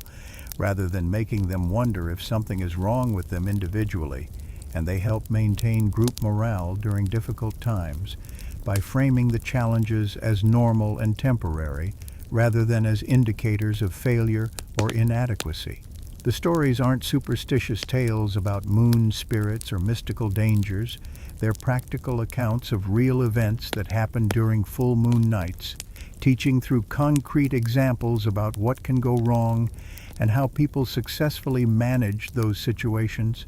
building a knowledge base that helps each new generation handle full moon challenges more effectively than they would if they had to learn everything through direct personal experience. The way older people's sleep seems somewhat less disrupted by moonlight compared to younger adults and children probably reflects decades of adaptation to the lunar cycle. Their bodies having learned over countless full moon periods that the brightness is temporary and doesn't represent immediate danger, requiring full alertness. Though even these elders still sleep more lightly and wake more easily during full moon nights than they do during dark moon phases. The evolutionary programming that creates sensitivity to moonlight can be somewhat moderated by experience, but never fully overridden because it's too deeply embedded in human neurobiology. These elders' relative calm during full moon nights helps stabilize the group. Their steady presence and their knowledge that this too shall pass, providing reassurance to younger people who are experiencing the intensity of full moon challenges for the first few times and feeling overwhelmed by the accumulated stresses that these periods create. The physical sensation of moonlight on skin carries a quality different from sunlight or firelight, a coolness that isn't quite cold but isn't warm either, and this sensation contributes subtly to the unease that full moon nights create, the body registering at some level that this light is unusual. Not the warm light of fire that means safety and comfort, not the bright heat of sun that means day and activity, but something else, something ambiguous that the nervous system processes with slight wariness, slight alertness, adding to the general sense that full moon nights are different and require different responses than the normal, comfortable darkness, punctuated only by firelight, that characterizes most of the lunar cycle. This sensory layer of moonlight experience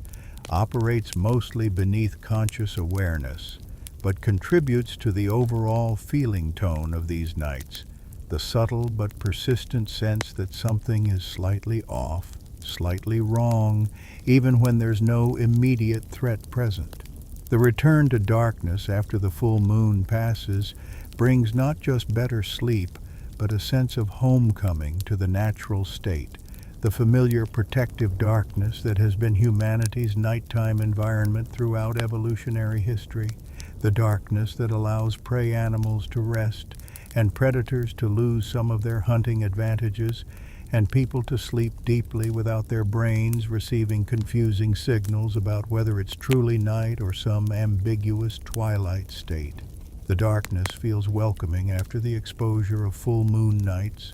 feels like shelter in itself even before considering the physical shelter of caves or constructed windbreaks. And this appreciation for darkness represents a fundamental aspect of the human relationship with the natural world. Understanding that different conditions bring different opportunities and challenges, that the variety in lunar phases creates rhythm and pattern that shapes how life is lived, and that working with these natural cycles rather than fighting against them allows for successful adaptation to the ancient world's demands and dangers. The understanding that full moon nights represent a recurring monthly challenge rather than a random occurrence allows people to develop mental frameworks for coping with the difficulties, knowing that the exhaustion and stress are temporary, that relief will come when the moon wanes, that they've survived countless full moon periods before and will survive countless more,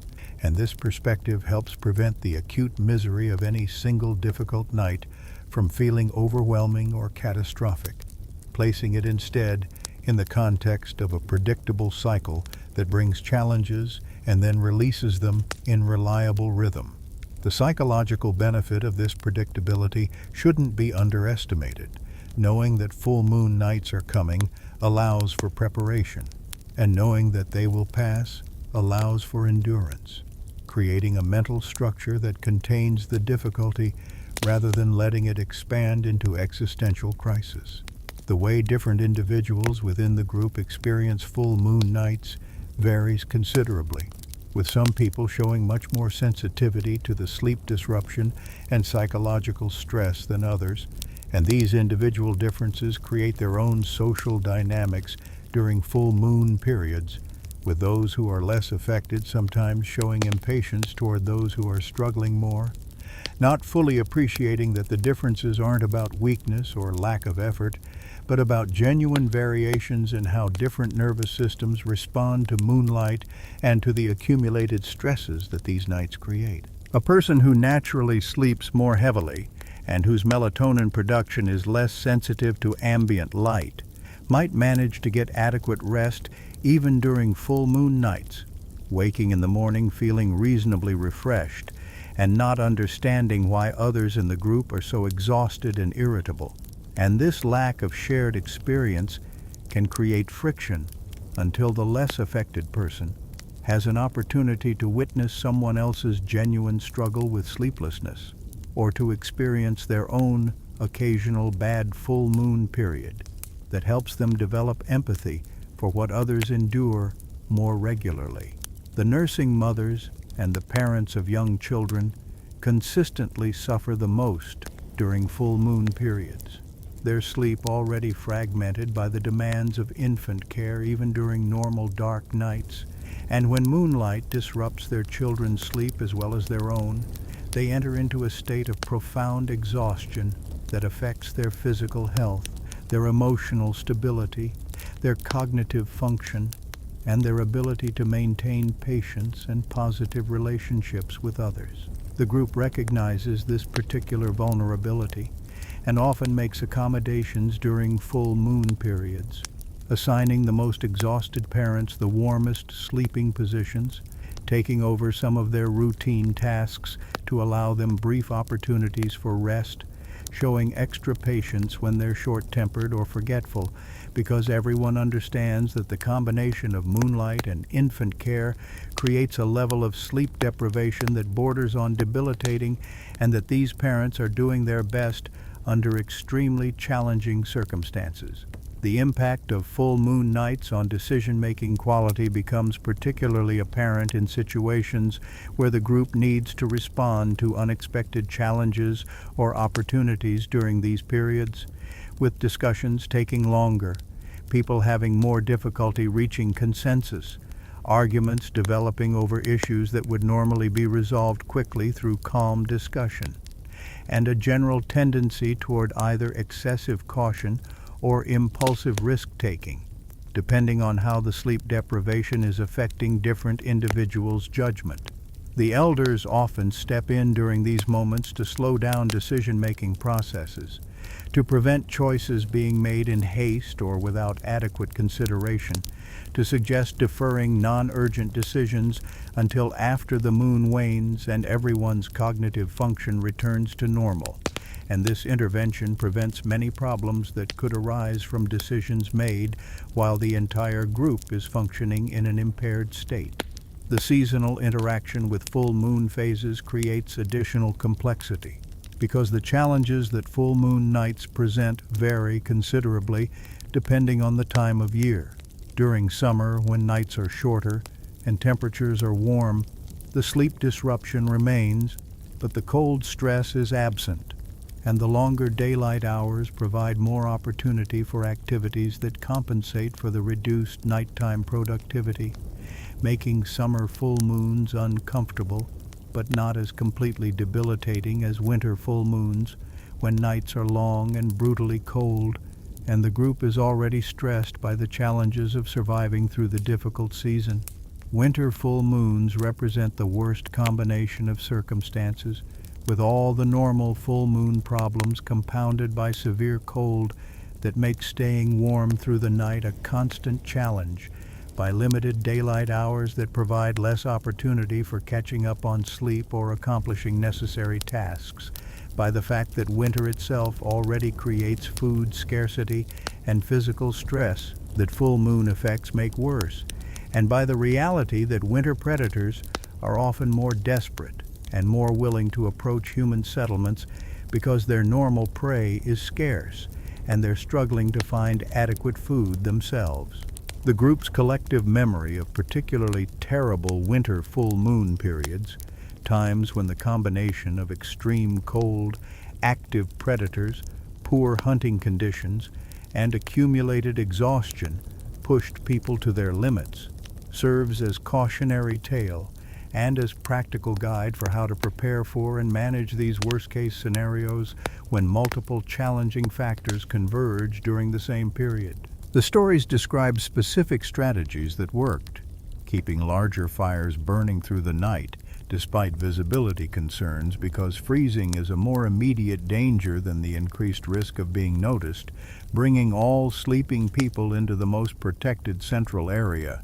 even if it means crowding, assigning guard duty and shorter rotations because the cold makes longer watches dangerous, preparing extra food ahead of time because hunting will be nearly impossible during the convergence of full moon and severe winter conditions, and maintaining morale through shared singing or storytelling despite exhaustion, because social cohesion becomes critically important when external conditions are pushing everyone toward individual misery and despair. The way children internalize lessons about full moon caution through direct experience rather than just through warnings creates deep behavioral patterns that persist into adulthood, with young people learning viscerally rather than abstractly that full moon nights require different behavior, that their usual freedoms become restricted during these periods, that adults' instructions and corrections during full moon nights aren't arbitrary, but are genuinely necessary responses to increased danger. A child who has experienced being startled by a predator's eyes reflecting moonlight near the shelter, or who has felt the fear of being unable to sleep while hearing wolves calling closer than usual, or who has watched adults respond to a genuine threat during a full moon night, develops a respect for these periods that no amount of verbal instruction could create, an embodied understanding that full moon wariness isn't superstition, but practical survival knowledge based on real recurring patterns of increased risk. The adolescents in the group occupy a particular role during full moon nights, old enough to contribute meaningfully to guard duties and to help manage younger children, but young enough that their own developmental stage creates additional vulnerabilities, their changing bodies and hormones making them more emotionally volatile, their incomplete frontal lobe development making them more prone to poor judgment when sleep deprived, their natural teenage tendency toward risk-taking combining dangerously with the impaired decision-making that exhaustion creates. The adults watch adolescents more carefully during full moon periods, keeping them closer, assigning them to guard duties in pairs rather than alone, being more directive about their activities rather than allowing the independence that adolescents normally have during dark moon phases when everyone is functioning well and judgment is sound. The relationship between full moon brightness and the effective range of firelight creates interesting tactical considerations because during moonless nights, the fire's glow extends the range of useful visibility significantly beyond what human eyes can see unaided in total darkness, making the fire a crucial tool for maintaining awareness of the immediate surroundings. But during full moon nights, the moonlight itself provides adequate illumination for seeing at medium distances, making the fire less essential for visibility and potentially more of a liability because its bright, warm glow creates such strong contrast against the silvery moonlight that it actually impairs dark adapted vision for anyone looking out from near the fire into the moonlit landscape beyond. The guards during full moon nights often position themselves at some distance from the fire, allowing their eyes to adjust to the moonlight rather than to the firelight, accepting the cold in exchange for better ability to see movement or shapes in the moonlit areas beyond the immediate shelter site.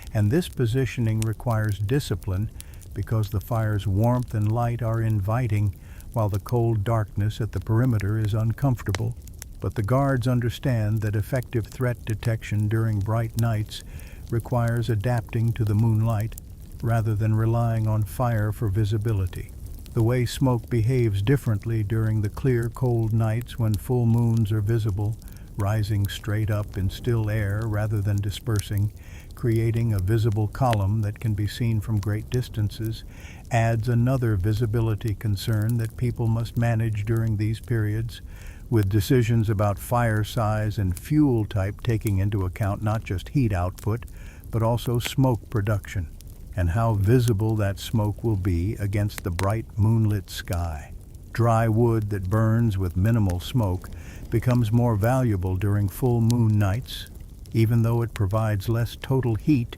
than green wood or wood that produces thick smoke.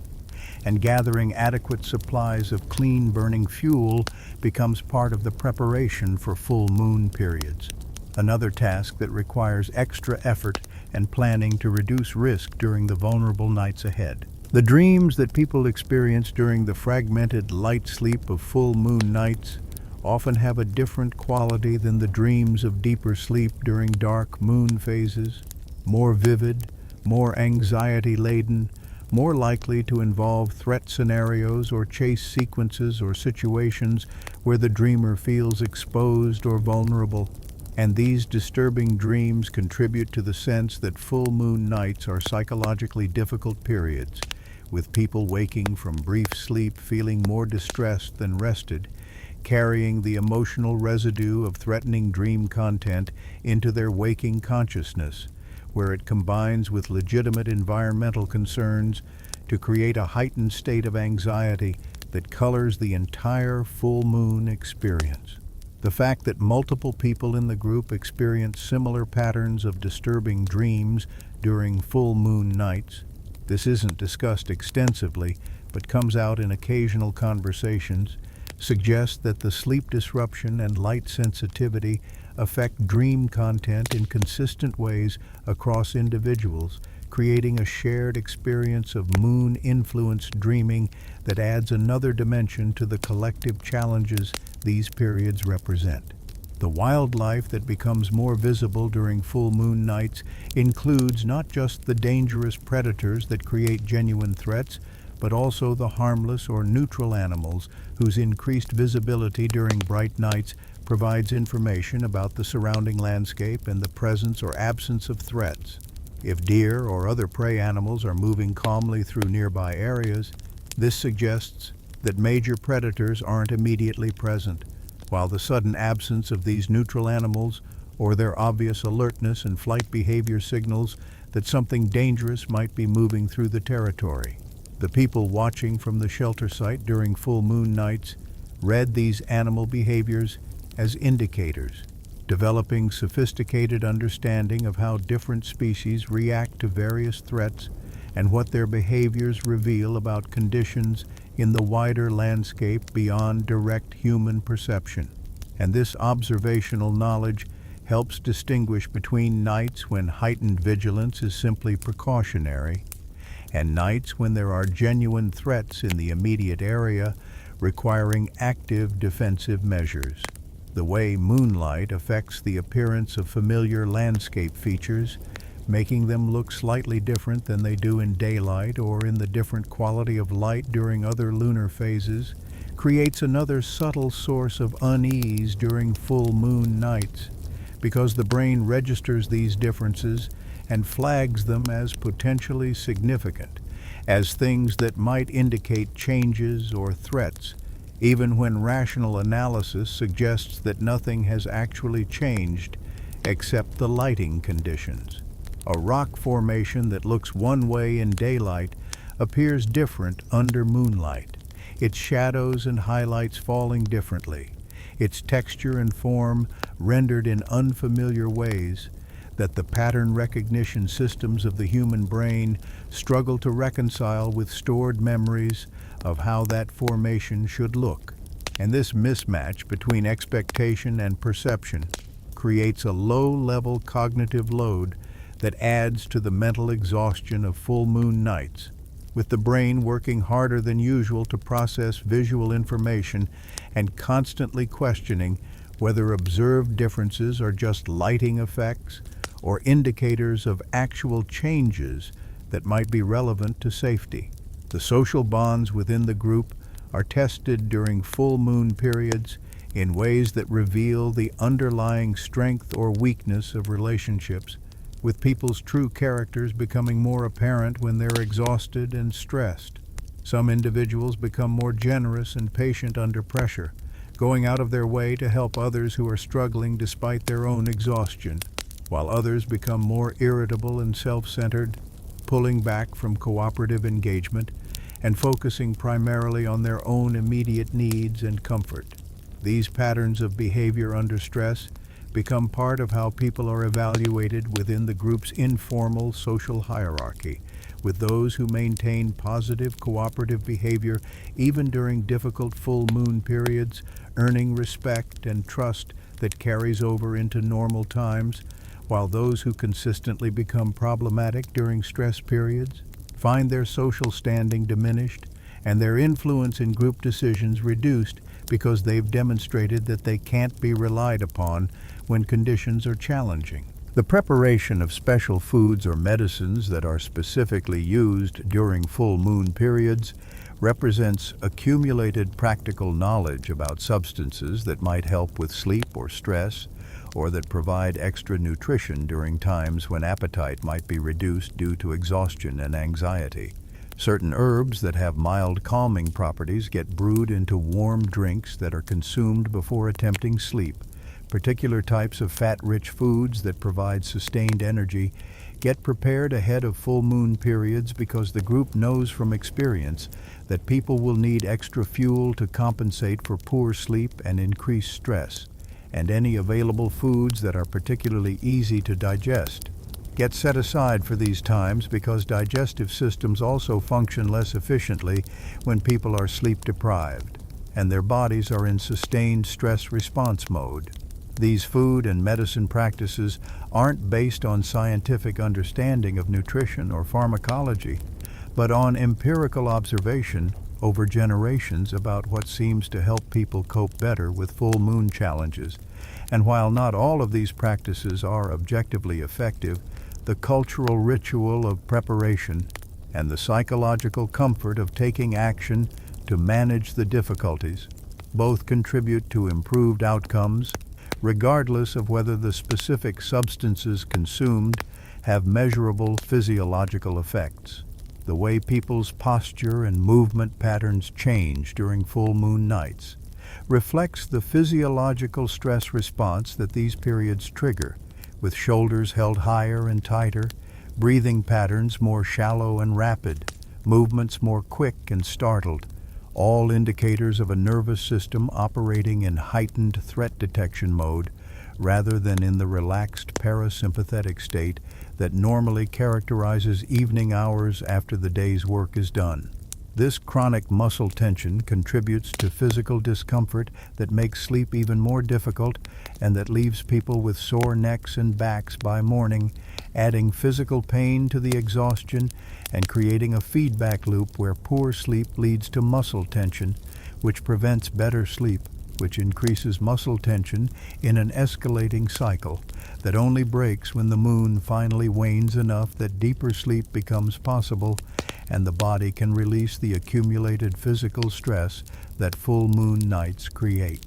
The dog's sleeping patterns during full moon nights mirror the human's difficulties, with the dogs also showing more restless sleep, more frequent waking, more periods of vigilant alertness when they should be resting. and the observation that dogs who have no cultural beliefs or learned behaviors around lunar phases still show these same patterns of disrupted sleep and heightened alertness during bright nights provides confirmation that the effects are biological and instinctive rather than culturally constructed, that millions of years of evolution have created responses to moonlight that operate across species and that can't be overridden by logic or cultural practices, but must simply be managed as best as possible until the environmental conditions change and the moon wanes back toward darkness. The financial metaphor of sleep debt wouldn't make sense to people in this time, but they understand intuitively the concept that lost sleep accumulates and creates obligations that must eventually be repaid, with the body demanding longer and deeper sleep after full moon periods end, requiring extra rest to compensate for what was lost during the difficult nights, and smart groups plan for this recovery period as well, scheduling lighter activities for the days immediately after full moon phases end, so people can catch up on sleep without feeling pressured to immediately return to full productivity before their bodies have had adequate opportunity to recover from the accumulated exhaustion. This recovery period is almost as predictable as the full moon difficulties themselves, with most people needing 2 or 3 days of good sleep before they truly feel back to their normal baseline, and trying to skip this recovery phase or to push immediately into demanding activities tends to backfire, leaving people even more exhausted and creating risks of mistakes or injuries that could have been avoided if adequate recovery time had been allowed. The role of storytelling during full moon nights shifts from entertainment to emotional regulation, with the stories chosen and the manner of their telling deliberately crafted to provide psychological comfort and to model the kind of calm, steady presence that helps people manage anxiety and fear, with skilled storytellers understanding that during these difficult nights, their function is less about thrilling the audience or teaching complex lessons and more about creating a sonic and narrative environment that soothes, that reassures, that helps particularly the children, but also the adults, maintain emotional equilibrium in the face of legitimate stresses, and that prevents anxiety from escalating into panic or despair. The best storytellers are valued even more highly during full moon periods because their skill has measurable impact on the group's ability to cope effectively. Their calm voices and steady pacing helping to regulate the emotional climate within the shelter space, creating islands of peace within the general unease that full moon nights generate. The practical knowledge about which shelter locations are better or worse during full moon nights factors into group decisions about where to establish camps, with sites that offer good natural barriers to moonlight, deep caves, shelters with southern exposures that minimize direct moon visibility,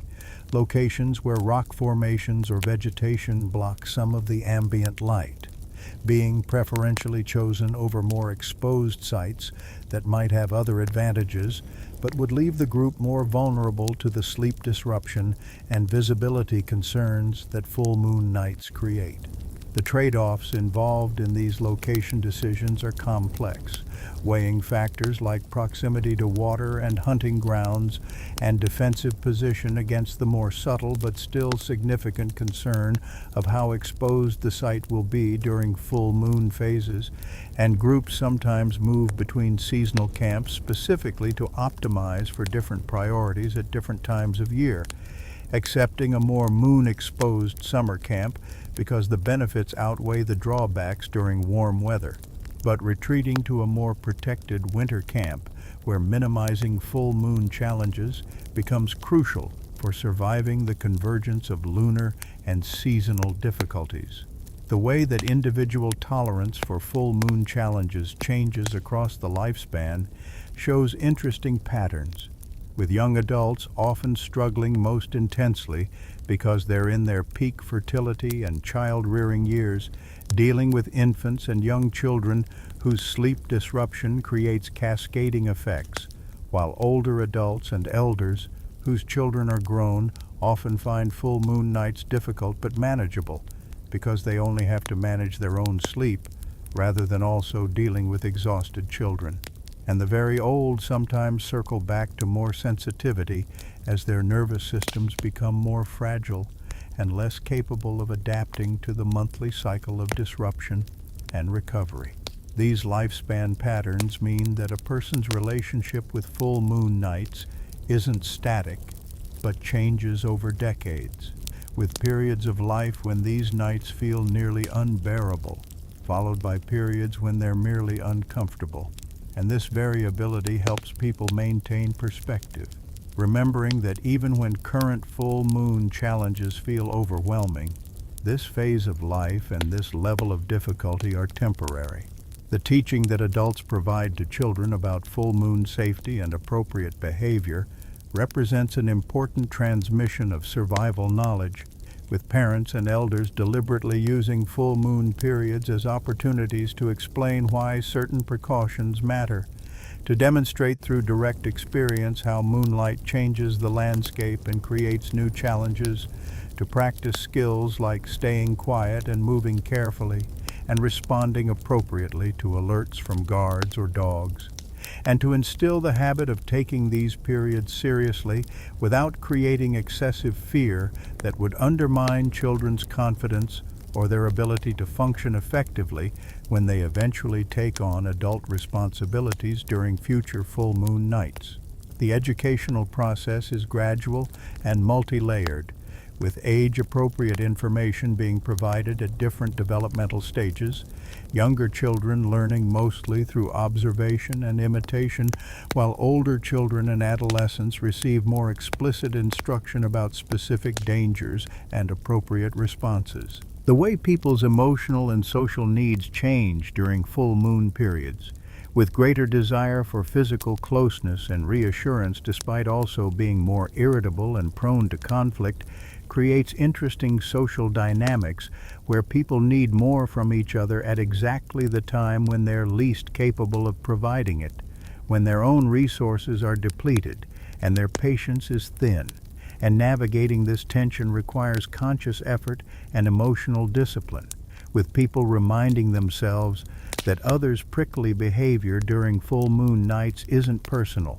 and that their own need for comfort and connection is legitimate, even if they're also being difficult to be around. The groups that handle this tension most effectively are those that have developed explicit cultural norms about showing extra grace during full moon periods, about recognizing that everyone is struggling, and that maintaining relationships requires deliberately choosing patience and kindness, even when exhaustion makes those choices harder than usual. The impact of full moon nights on immune function and overall health, while not understood in medical terms by people in this time, is recognized through empirical observation that injuries and illnesses often develop or worsen during or immediately after full moon periods,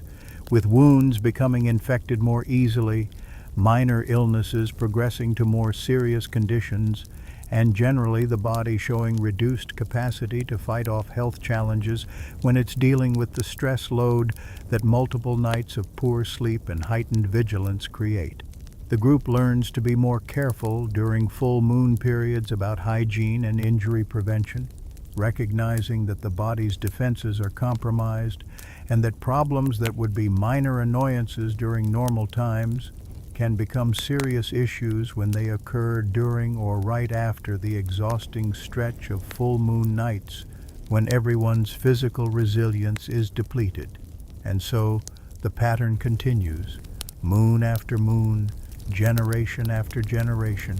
the bright nights arriving with their predictable challenges and then releasing back into the protective darkness that allows for true rest. And through all these cycles, the people learn and adapt and endure, understanding that full moon wariness isn't weakness or superstition, but wisdom, born from accurate observation of real patterns that affect survival, patterns that shaped human behavior so deeply that even now, thousands of years later, In worlds of artificial light and locked doors and absent predators, our bodies still respond to the full moon's brightness with that ancient alertness, that subtle unease, that difficulty finding deep sleep, carrying forward the biological inheritance of ancestors who learned through countless bright nights that caution during these periods wasn't optional but essential. The moon continues its eternal cycle,